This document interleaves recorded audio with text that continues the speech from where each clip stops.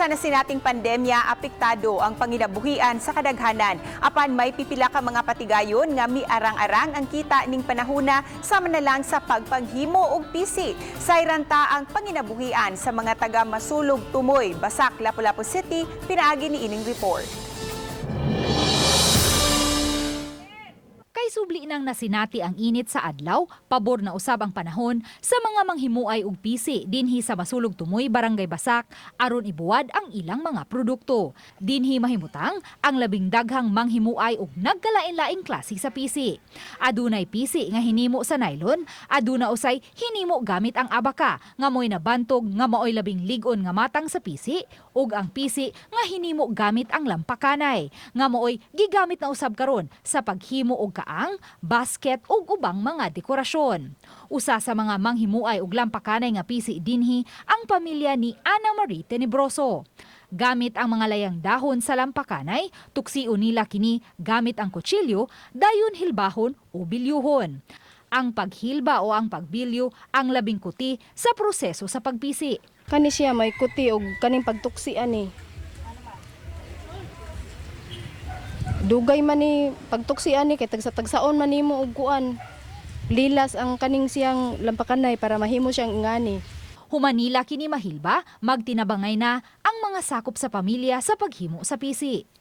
Mano-mano ang paghimo sa pisi dinhi. Kung inyo makita, adunay duha ka mga tawo nga mo'y nagkupot sa torsihan. Samtang duha usab ang nagkupot sa sapote. Di kinahanglang makahuman sila og 400 ka rolyo sa pisi.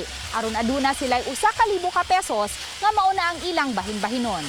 Matod ni Ana Marie, magdepende sa kugi ang ilang kitaon matag adlaw. Gani matod niya, mas dako pa ang ilang kitaon dinhi, itandi sa sweldo sa iyang bana isip construction worker.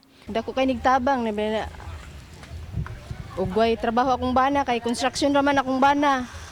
Nya. Ani mi mag kuan, ani mi ming duha mag hilba mi ani lampakanay. Kay binta man og duha kay dako man kag kuan, dako man kag masapi. Ang ilang finished product, ibaligya nila ngadto sa igsuon sa iyang bana. Kinsa maoy usa sa labing dakong mamalitay ug mamaligya ay og pisi sa dapit.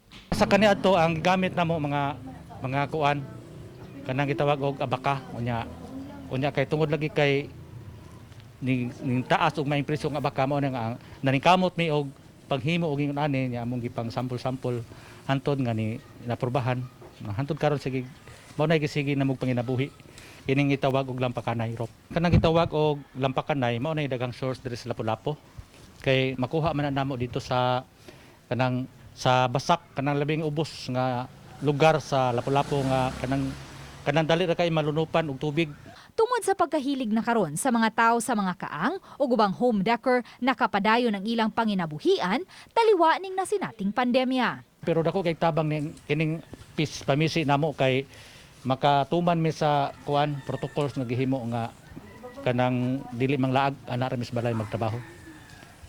Makahoy mo man nimo. Dako kay nagtabang namo. Uban ni Marlon Melgazo, Luan Marondina, Balitang Bisdak.